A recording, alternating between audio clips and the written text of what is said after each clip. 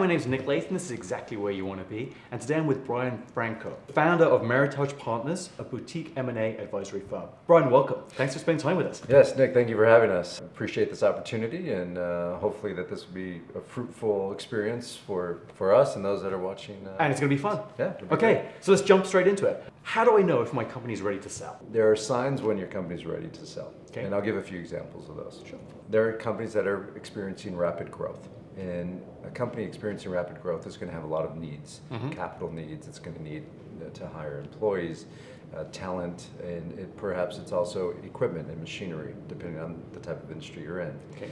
I've had clients where they were approaching their 70s or in their 70s, and they thought, gosh, this is a great time to sell. Okay. But that's a great example of being convenient timing for that individual. Okay. And when you go to market, and you find that investors or acquirers are looking for companies because they too are going through growth or expansion.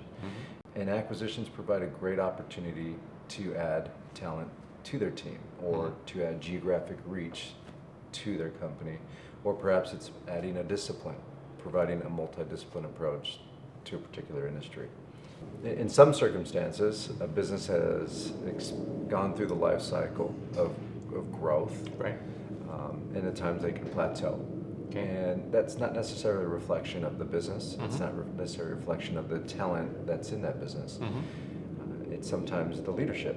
That's a very difficult concept to understand because now it's causing self-reflection on that leader. Okay. And it causes them to have to come to some sort of conclusion that perhaps they are not the right leader for the business at that moment. However, they should be praised because they were the right leader at the early stages of that business. We got it to a certain stage? Correct. Okay. Correct. So I'm hearing that there's a leader, there's the buyer, there's the business, and there's the industry. All these things need to somehow come together to be the right time. Correct. Okay. Correct. They either intersect on their own, or at times, and most of the time, you have to thread these together so that you can create that opportune time to sell a business. But it's not just because the owner of a company says, I want to sell now. It's not going to do it. No. Okay, Yeah. got it. Okay, Yeah. so let's say I want to sell a company. What are the three things I've got to get right? So you have to prepare for the sale, and part of that sale process is due diligence. So you're going to have investors looking at your business or acquirers, could be in the same industry as you, and they're going to want to see a number of things, a number of data points. So financial data is extremely important. So your financial house needs to be in order. Yep. If it's not, we call, you've heard the phrase, skeletons in the closet. Right, sure. If you have skeletons in the closet, you need to do some spring cleaning and work on resolving any of those issues or potential issues, because they are going to surface during that due diligence period. Okay. In your business, you may have one, maybe two folks inside your accounting department. Well, imagine when you go through this due diligence process, you're going to have a boardroom full of individuals, auditors, looking at your business in ways that you've never looked at your business before, taking measurements of your business that you've never thought to think, or you never thought to make yourself. That would be one of the key ones. Sounds scary. It isn't scary if you're doing what you're supposed to be doing to begin with. Okay. Right? So that's pretty motivating to, if you're trying to find motivation to have a business where your financials are in order, here it is. Okay, got it. So should have a good CPA on the team. Yeah, and there's some companies that are not large enough to have a full-time CPA, but there are services out there that provide interim CFOs or part-time CFOs to help you prepare your business for whether it be an audit for your bank, whether it be for tax purposes. In our case, that's going to be for that audit for due diligence. Or at times they will do what they call quality of earnings reports, depending on the size and complexity of the business or business units. Got it. So the first thing we need to get right is the financials. Yes. And get the right people around you to help you to do that. Correct. What else do we need to get right? In preparing to sell your company, you have to make sure you have a vibrant and strong culture. Okay. You want to have appeal to the outside world, right? Why is someone going to want to buy your business over the next? And assuming you're in the same industry or providing the same service or manufacturing the same good, right? What we found is strong and vibrant cultures really resonate with investors and acquirers. They do so because they're looking to possess or to have that culture within their organization. Okay. So what if your cultures clash? What if you've got an IBM culture and a Google culture? Is that just not going to work? We spend a tremendous amount of time up front with the individuals and with the ownership of the business. We build out very robust pitch decks and confidential information memorandums that tells a story, that gives financial snapshots, but it doesn't tell you whether that culture is going to be compatible with the acquiring entity. So there are some cultures that just do not mix, right. and we find that out not through any sort of analytics, but just spending time with the client and the potential investors. And through those dialogues and through those conversations, you discover if those cultures are aligned or not. And you probably do that way up front, so it's not as if you're going to find that way down the road on the sales cycle. That'd be my guess. That's correct. Right. And the beauty of working with a firm like ourselves is that we've had the experience working with a lot of these strategic acquirers in various industries. Okay. So we have the ability to walk through an hypothetical deal structure. We have the ability to sit with you and help you understand what these other groups' cultures are. Right. Before you even meet them, before Okay. they even know your name. And that's really the art of deal making for us, right? Makes sense. Okay, so the three things: we've got to get the financials right, we've got to get the strong culture. Is there a third thing we should get right? The third thing to get right in your business is brand identity. Okay. Right. And it's understanding who you are to the outside world. Okay. Right. And that's usually going to make our role and our job as advisors much easier if you know and the outside world knows what is your brand identity. What do you represent? Okay. Why do you come to work every day? And why is it that your employees come to work? And so we find the common denominator of those successful companies is that everyone knows that within the organization. Great. So they have a brand. So it's not just a metal sheet fabrication company. It's a metal sheet fabrication company that has a brand that people understand. They know the name of. Precisely. Got it. Understand. Okay. So I think I've got my three things in place. I'm pretty sure I want to sell. What are my 4 or so options? How many ways can I sell a company? We'll cover four types of sales. Okay. Okay. Number one being an ESOP or a sale to an ESOP. Okay. It's an employee stock ownership program Okay. where you're selling or ownership is selling the business in whole or in part back to all or some of the employees. Okay. So that would be option one. Okay. Another option would be selling to a strategic buyer. And strategic buyers come in 2 flavors. They're either public or they're private. Okay. And they both have offerings that each other don't have. So it really depends on your expectations, the stage of your business, and what you're looking to accomplish. A third type of sale would be a merger. A merger is typically between 2 or more firms. And the idea is that these firms are merging they're looking for that 1 + 1 = 3 equation. Okay. That right? makes sense. Right. It's not necessarily 2 companies joining because they just want to be bigger, right? They want to either have further geographic reach, they want to be vertically integrated, or perhaps they're strapped for talent and they need to access that talent. And one of the efficient ways to do that is by acquiring a company that has a proven track record of being successful with the talent that's in place. Okay, so they're looking for some kind of multiple effect for multiple things coming together, or they're looking to substitute something that they're weak in, and the quickest way to do this would be through the merger. Precisely. Okay, good. Yes. Okay, Yeah. so then what's the fourth area? So the fourth would be very unique in that it's very different than the first 3. This would involve a sale to a private equity firm, a family office. Okay. So these are typically financial investors, financial acquirers. Mm-hmm. So they're either looking for a platform acquisition, Yep. which would be an acquisition of a company that is poised for growth or is growing, Mm-hmm. but they're missing something. There's a number of elements that could be missing Mm-hmm. in a small business that a private equity firm can bring to the group or Okay. to the company, right? A private equity group represents a sale, Mm-hmm. but it doesn't necessarily have to be a liquidity event. Okay. Meaning the business doesn't have to be sold so that the ownership can retire. Mhm. The business can be sold to an investor, where an investor injects some level of capital Got it. to help further develop the business. Right. And private equity groups also provide a different option to ownership, where that they can sell their business, Mm-hmm. but that sale or that liquidity event is not today. Today they're focused on bringing in capital or Got it. bandwidth of talent into the business, Right. so that they can further the business or expand upon the platform that they've already developed. Mm-hmm.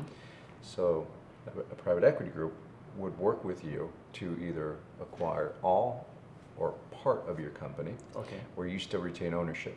The beauty about that is you just expanded on your team, right? You have these private equity investors are not just investors, they're your partners. Right. So culture is also important there. The vision has to be, these private equity groups would have to subscribe to your vision and show you ways of how they can help execute that vision. So really, in that process, we are meeting with equity groups to find that fit, right? Yep. The beauty is, there will be a sale one day because most private equity groups have a lifespan of investments from 3 to 7 years or somewhere in between. Okay. And so if you're maintaining some level of equity on a go-forward basis, you have what we call as the second bite of the apple. Right. And so the second bite of the apple really comes when the private equity group comes to a time in the investment where they need to exit. And then the business is sold to either a later stage equity group. Right. It could be a strategic buyer, and that strategic buyer, as we described, could be either public or private. I understand. Okay, so the first three options you've got is really when you want to get out of the company. That fourth one is when there's a longer term for yourself and the company getting to a higher level. Is that right? That's a great way to say it. Yes. Okay, so then tell me, ESOPs. A lot of people talked about them. They used to be very popular in the 80s. Should I sell or should I go through an ESOP? ESOPs can be very valuable for a company, depending on the industry. Okay. However, it comes at a cost. Right. So if you're a smaller company, let's say under $50 million of revenue, the business may struggle to afford the maintenance of that ESOP. As an example, we have a client today that's structured as an ESOP, and they have been since the 80s. At that time, it was the right thing to do. Today, they see the writing on the wall, they run the projections with us, and we've looked at where they're headed, and it's not looking good. Got it, because the upkeep of an ESOP on an annual basis, compliance, that's expensive. Compliance is expensive because you have to have third-party valuations, and you have to have trustees, what have you. The difficulty with ESOPs that we see is that these businesses are not necessarily sustainable without the prior leadership that they had. Okay, that so makes sense.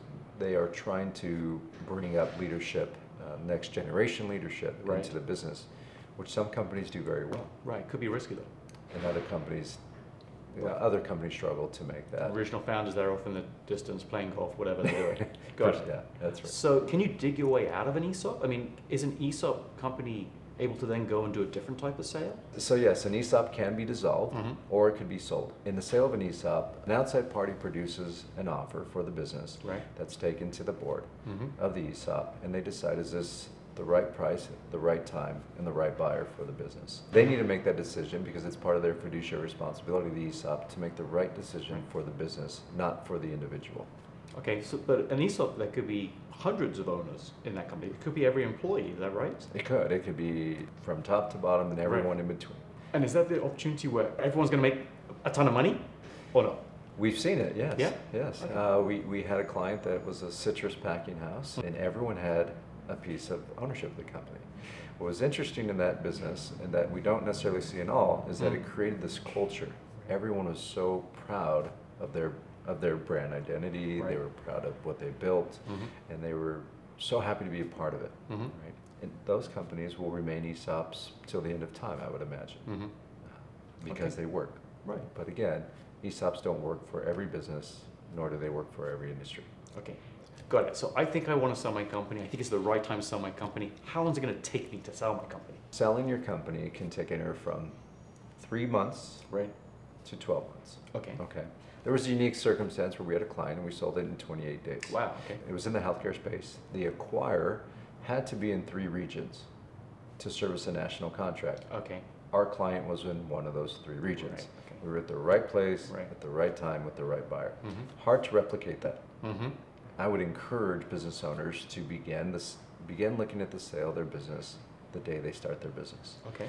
And what that means is, as you're building out your business plan, as you're building out your vision, you need to have an exit strategy. Sometimes that exit strategy comes at a convenient time for you and your life and your family. Other times it does not. But you would have to be able to recognize what's better for the business, not necessarily for that individual or the group of individuals. Got it. So when's the right time to start thinking about selling? When you're planning your business. Okay. Right? And we illustrate this as when you walk into a building, you're going to recognize exit signs. And those exit signs are there in case of an emergency or if you need to find a quickest route out of the building. Right? This, during the phase you're building your business plan and your vision, this is a very crucial time to start thinking about your exit strategy. Okay. It seems counterintuitive that you're doing this at that moment in time, but it's extremely important so that when the timing comes to sell the business, and again, that can be at a convenient time for the ownership or not, but if it's a time where there's panic, there's if the realization to sell the business comes at a time when there's disruption to the business or some sort of panic, typically we find those decisions made are emotional. So don't wait till the last minute, is what you're saying. Don't wait till the last minute. Okay. Absolutely not. Got it. You know, be precise. And these business owners are talented individuals. They spent time building their vision over their lifetime. They owe it to themselves to build an exit strategy for themselves as well. So take control of the situation. Don't let outside factors affect when you should sell. Exactly. Okay. Exactly. Got it. Okay. So I think I'm ready for selling. I planned it. The $1 million question is, how much can I sell for? So we employ several valuation methodologies to help our clients build their expectations. Yep. We call this the valuation expectations. So during this process, we are not trying to come up with a magic number. Okay. We're looking for a range. And that range is going to be driven by market activity and measurements that we'll make in the business. Okay. So I can't just say it's going to be a factor of my profits or a factor of my sales. Let's throw that out the window. So what you're describing are rules of thumbs. Yep. Rules of thumbs are fun. You know, it's a good measurement that you could take in a day and look at the business. Right. They can be fun to utilize, but they can also be dangerous because if you're using methodologies or rules of thumbs that are going to create unrealistic expectations for the business or the owners of that business, then they're going to be set up for disappointment somewhere down the road. Got it. So when a business owner or owners come to a conclusion that they're ready to sell their business, they shouldn't be waiting for an M&A advisory firm like ourselves to call them. Right. A good business operator is going to establish a relationship with an M&A advisory firm like ourselves to help them navigate through the preparation of selling their business. Okay. So essentially you could just meet that magic person who's going to buy your company and do it yourself. But there are clearly going to be advantages of working with an M&A company. What are the advantages? Working with an M&A advisor firm like ourselves is extremely valuable for business owners because we can go into their business and we can make measurements of their businesses that they are not necessarily making on their own. Give me an example. Yeah, Nick, let me give you an example. Right. Yeah. So we have a client and they have been using a particular rule of thumb which they're using to measure their business. And so they're coming with an assumption to you. Correct. Right. Correct. Okay. And so those assumptions or those rules of thumbs don't Yeah. always fit. Right. So what we can do is we could go in and make measurements of their business through financial reporting, data. When we take certain measurements, such as what is the concentration of revenue with one particular client? Right. If that concentration is high, that presents a risk to outside investors. Sure. But some business owners fail to recognize that's a risk for themselves. Okay. There's a phrase, right? If you can't measure it, you can't improve it. Right. So partnering with an M&A advisory firm like ourselves, really the benefit there for business owners is to help them make those measurements, help them make those improvements, so that when they come to the time when they're ready to sell the business, they are exceeding their expectations because they've really focused on their business and developing their business. Okay, so now Brian, I know that from my experience when I'm working with business owners and they come to an M&A company, one of the big advantages that I can see is that it takes the emotion out of the sale. That business owners obviously, it's like their own baby. Yeah. And you can go and negotiate and structure that deal without that emotion. Is that a factor in what you're doing all the time? It really is. This is this process is an emotional process. So there are some level of our advisory work that is, looking at numbers and providing an analysis of the financial state of the business. But also, we have to understand our clients' expectations, and that is an emotional process. So It's difficult to strip that out of the equation because, as you described, this business is their baby, right? They birthed this business at some point in their past. After a sale, going out into the sunset, do you deal with the owners post-sale? Post-closing integration is crucial. Part of that integration is going to involve some level of participation from the existing ownership or the selling ownership. Time will vary for each partner. If there's only one individual, time will vary for that individual owner of that business. So what we find is that those business owners that have taken the time to prepare their business for sale are also the same individuals that have prepared themselves to take that 3-month vacation with their family. Okay. Right? So Brian, give us a little bit of history about how long you've been doing this, how long you've been in the industry, and the changes you've seen, the trends. Meritage Partners, I started in 2005. Prior to that, I was with a boutique advisory firm. Right. And when I started Meritage, I started with a vision, just like our clients do, right? And we've seen a lot of changes over the years, and really those changes are advancements. Okay. So we talked about valuation. What is a company worth? Accessing data points in the marketplace have become much more accessible to firms like us, but we've also found that the speed at which we could access this data is dramatically faster, so that we can provide, in some cases, real-time measurements for some of our clients. That's great. Yeah. Have you found the value of sales have increased, or where you're selling to, geographies, national, international, any other trends you've seen?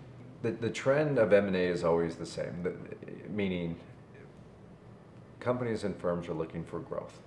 Growth through acquisition is a leading cause of growth. Okay. There are approximately 12 to 15,000 M&A transactions in a given year in the United States. Okay.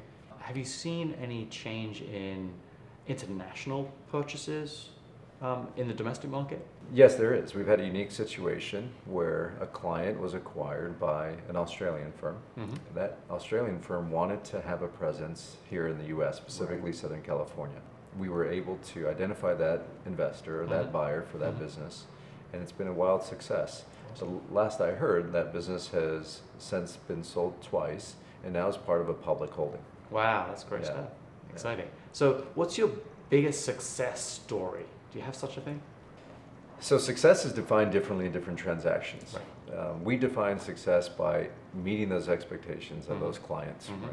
And so it comes in different forms. So success comes in different forms for that reason. Yep. There was a transaction we were able to consummate in 28 days. It was a unique situation that our client was in. Right. We happened to have worked with the acquirer that needed to be in our client's geographic region in a short period of time. Right. Therefore, we closed that transaction in 28 days.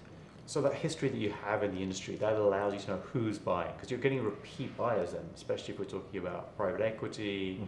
So you know the people are out there who are looking. Precisely. Okay. Yeah, we on a daily basis we receive phone calls, we receive emails from firms that tell us what are they looking for, what region of the world, what industry, what size in terms of revenue or profitability. And the beauty of that is we mine this data, we keep this data, and so we may not need it at that very moment in time, but it's there and ready to be accessed by our team for our clients at the appropriate times. Awesome. Any horror stories from the world of M&A that you can share?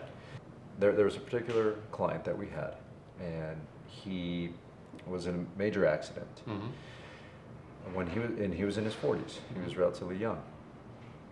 He did not prepare to sell his business because he was 40. He was living the dream. Built a beautiful business. He was enjoying the benefits that business provided for his lifestyle.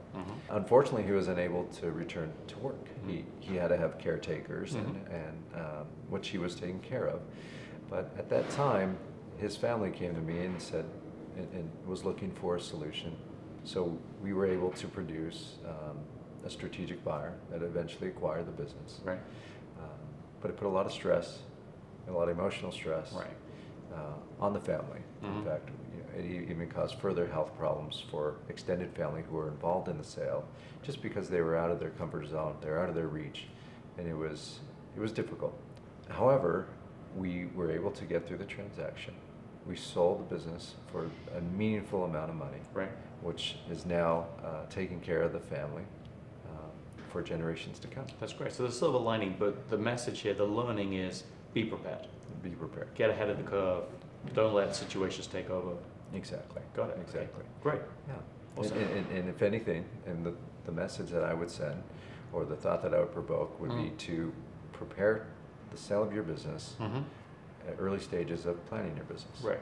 So are you saying that if you had a business, even if you weren't thinking you need to get out of it right now, it still makes sense to have a relationship with a merger and acquisition advisor? Because as a business owner, you just don't know who's looking and what they're looking for.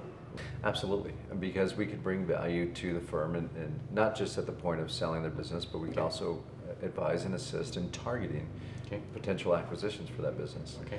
Can you give me an example of why someone should be in contact with an M&A advisor? Just something they didn't know in advance. Yeah. So we're not solely disciplined on selling companies, although that's a big part of what we do. A company in a let's say a business or a client in mid-cycle of its lifespan, right? Or early stages of the business, they too are looking for growth, and that growth sometimes comes through acquisition. So our firm can provide data points for their industry, but also we can help them target potential add-on acquisitions of smaller companies that perhaps larger investors and acquirers wouldn't even consider because they're too small. Okay, got it. Can you give me some kind of example of when that might play out? Absolutely. We have a client today where each firm has about 40 people within their firm. Okay, and we talked about that 1 + 1 = 3 equation. Right. Okay. So we have worked with a public acquirer that has a rule that they will not acquire a firm with less than 80 people. So it was a unique circumstance where both of these companies were 40-person firms each, and collectively 80, which now is a blurb on the radar for this large public buyer.